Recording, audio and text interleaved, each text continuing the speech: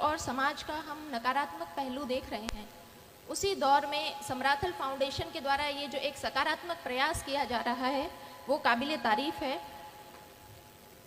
जैसा कि जवाहरलाल नेहरू ने कहा था कि स्कूल जो हैं वो आधुनिक भारत के मंदिर हैं, और इसी वक्तव्य को यथार्थ करने का प्रयास समराथल फाउंडेशन के द्वारा किया जा रहा है। अभी समराथल फाउंडेशन के द्वारा इनमें योगदान देने के लिए जिन भामाशाहों का सम्मान किया गया है, मेरा ये मानना है कि आज समाज की जो कुरीतियां हैं, जो नकारात्मक पहलू हैं, उनके लिए हम हर एक सामाजिक संगोष्ठी में चर्चा करते हैं, लेकिन योजनाबद्ध तरीके से उनसे कैसे निपटना है इसके लिए कोई प्रयास आज तक हमने नहीं किया है। समराथल फाउंडेशन ने इसके लिए एक कदम उठाया है। धन्यवाद के पात्र वो भी हैं, सम्मान के पात्र वो भी हैं कि उन्होंने ये सोचने की हिम्मत दिखाई है।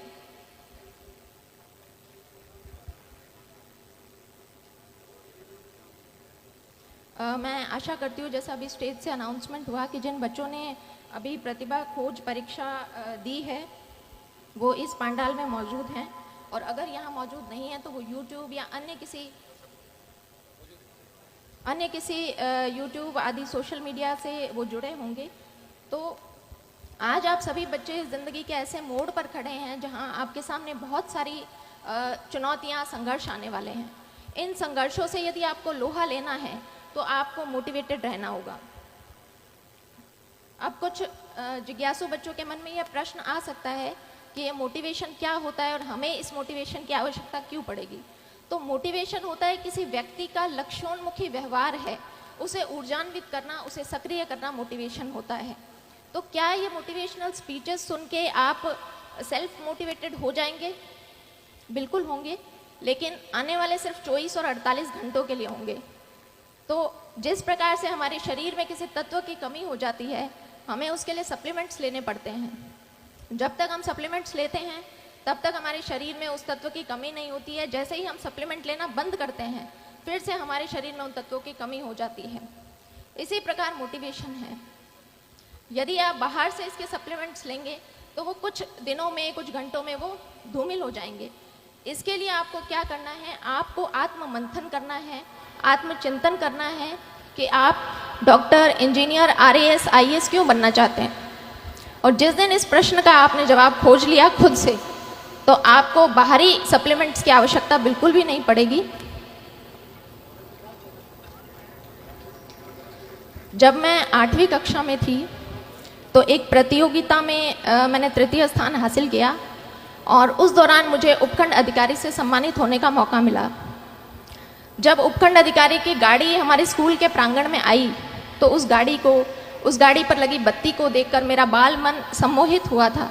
लेकिन जैसा कि बाल मन होता है, कुछ घंटों, कुछ दिनों में वो जो मेरी यादें थी वो धूमिल हो गई। उसके पश्चात 10वीं कक्षा में फिर से मुझे मौका मिला, जब मैं जिला कलेक्टर महोदय के द्वारा सम्मानित हुई। उस वक्त मैंने तय किया कि इस पद में, इस पोस्ट में कुछ तो है कि इसका इतना मान और इतना सम्मान होता है। लेकिन फिर वही चीज़ें हुई कि मैं उन चीज़ों को भूल गई। 10वीं परीक्षा के बाद जब ऐच्छिक विषय चयन का प्रश्न खड़ा होता है, उस वक्त मेरी कुछ सहेलियों ने कहा कि हम तो मैथमेटिक्स, साइंस लेंगे और इंजीनियरिंग करेंगे। उनकी बातें सुनकर मैं भी अपने घर गई और पारिवारिक मंच से मैंने भी ऐलान कर दिया कि मुझे इंजीनियर बनना है। उस वक्त बहुत सारे प्रश्न आए कि लड़की इंजीनियरिंग करके क्या करेगी, लड़की को इंजीनियरिंग करवाने का क्या फ़ायदा है। लेकिन वहाँ मैं धन्यवाद देना चाहूँगी अपने पिता को, जो ढाल बनकर मेरे सामने खड़े रहे और मेरे इस निर्णय का पूरा उन्होंने सम्मान किया और मुझे इंजीनियरिंग की पढ़ाई पूरी करवाई। इंजीनियरिंग की पढ़ाई 4 साल पूरी करने के बाद मैं फिर से एक ऐसे बिंदु पर खड़ी थी जहाँ से बहुत सारे रास्ते निकल रहे थे, और उन रास्तों में से मुझे किसी एक रास्ते का चयन करना था। कोई विशेष गाइडेंस, मार्गदर्शन तो मेरे पास नहीं था, लेकिन परिवारजनों से विचार विमर्श किया और तय किया कि बैंक की काफ़ी भर्तियां खुली हुई है और मुझे बैंक का एग्ज़ाम देना चाहिए। इस एग्ज़ाम तैयारी के दौर में कास्ट सर्टिफिकेट के लिए मुझे फिर से उपखंड अधिकारी के कार्यालय में जाने का मौका मिला। उस दिन उनके कार्यालय के बाहर भीड़ को देखकर फिर से एक बार मुझे लगा कि इस पोस्ट के लिए मैं ट्राई कर सकती हूँ। घर आकर मैंने दबी आवाज़ में अपने पिता से पूछा कि उपखंड अधिकारी बनने के लिए मुझे क्या करना होगा। और उस वक्त ये प्रश्न पूछते वक्त मेरे पिता की आंखों में जो चमक थी, वो चमक मेरे लिए मोटिवेशन बनी।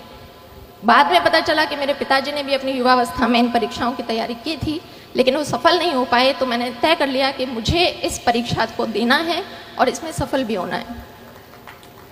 तो इसी तरह से आप भी अपना सेल्फ मोटिवेशन देखें, कौन सी ऐसी चीज़ है जो आपको अपनी जर्नी के दौरान मोटिवेटेड रख सकती है।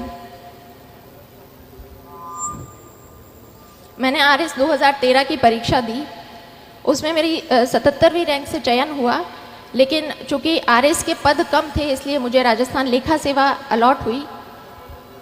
मैंने दोबारा प्रयास किया और 2016 में मुझे प्रॉपर RS मिला। तो आज जब ये बच्चे किसी परीक्षा की तैयारी करने के लिए आए हैं तो एक पैटर्न होता है कि हमारा एक समूह बनता है, हमारा एक ग्रुप बनता है। मैं आप सभी लोगों से अनुरोध करूंगी कि अपने उस ग्रुप का चयन बहुत सोच समझ कर करें। जब मैंने प्रारंभिक परीक्षा अपने घर से तैयारी करके पास की, मेंस के लिए मैं जयपुर गई। वहाँ पर शुरुआती दिनों में कुछ मेरे ऐसे दोस्त थे जिनका हर वक्त यही कहना होता था कि भर्ती तो सिर्फ 700 पदों पर निकली है, हमारा नंबर कहाँ आएगा।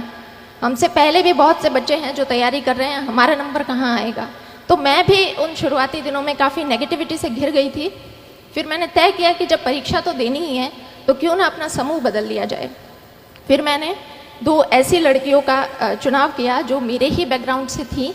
हमारा बस एक ही डिस्कशन रहता था कि भर्ती तो सैकड़ों पदों पर निकली है, हमें तो सिर्फ एक पद चाहिए। और आज हम तीनों लड़कियां RS अधिकारी हैं और वो जो ग्रुप जो नेगेटिविटी की बातें करते थे वो आज भी RS की परीक्षा दे रहे हैं। इसलिए आप पॉजिटिविटी बनाकर रखें। मैं अपनी बात को कंक्लूड करना चाहूँगी कि यदि आपने सोच ही लिया है कि आपको रणभूमि में उतरने का आपने मानस बना ही लिया है, तो आपकी तैयारी ऐसी होनी चाहिए कि प्रश्न पत्र में किसी भी प्रकार की गुगली डाली जाए, आप नॉट आउट वहाँ पर डटे रहें।